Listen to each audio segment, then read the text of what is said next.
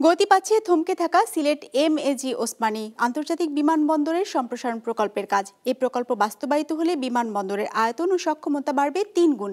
যাত্রী পরিবহনের পাশাপাশি এ অঞ্চলের পণ্য রপ্তানিতেও খুলবে নতুন দ্বার। সিলেট থেকে স্টাফ রিপোর্টার শুভ্র দাসের তথ্য ও ছবিতে ডেস্ক রিপোর্ট। ২৫০টিরও বেশি ডিজাইন অপশন নিয়ে ওয়ালটন স্মার্ট ফ্রিজ, বোঝে আপনার প্রয়োজন। সিলেট ওসমানী আন্তর্জাতিক বিমানবন্দর সম্প্রসারণ প্রকল্পের প্রথম পর্যায়ের কাজ শুরু হয় ২০২০ সালে। তবে ভুল নকশা ও নানান জটিলতায় থমকে যায় এ প্রকল্প।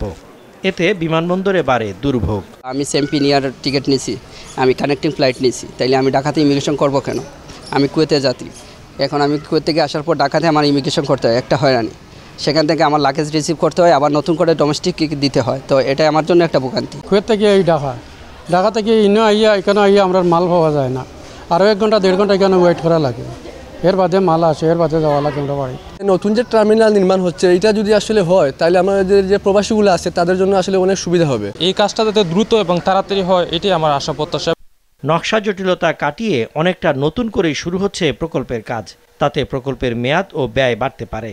তবে জবাবদিহিতার মধ্যে রেখে দ্রুত সময়ের মধ্যে ওসমানী বিমানবন্দরের সম্প্রসারণ কাজ শেষ হবে জানিয়েছে বেসামরিক বিমান চলাচল কর্তৃপক্ষ। 2020-এ যে প্রজেক্টে যেটা ছিল এস্টিমেট কস্ট, 2024-এ কিন্তু এসেও এস্টিমেট কস্ট হবে না, 26 পর্যন্ত। মানে সব কিছু আপনারা জানেন কি পরিমাণে বৃদ্ধি পেয়েছে। তো ওনারা যারা কাজ করছেন তাদের জন্যও তো একটা সমস্যা, কারণ তারা যে রেট কোট করে কাজ করেছেন এখন সেই রেটে কোট কাজ করা ভেরি ডিফিকাল্ট।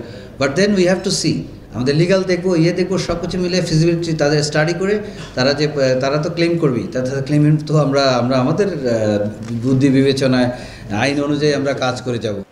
2116 কোটি টাকার এই মেগা প্রকল্প বাস্তবায়ন করছে চীনের ঠিকাদারি প্রতিষ্ঠান বেইজিং আরবান কনস্ট্রাকশন গ্রুপ। প্রকল্প বাস্তবায়িত হলে বিমানবন্দরের আয়তন বাড়বে ৩ গুণ। 2025 সালের মধ্যে এই প্রকল্প শেষ হওয়ার কথা ছিল। বিজনেস রিপোর্ট, মাছরাঙা টেলিভিশন।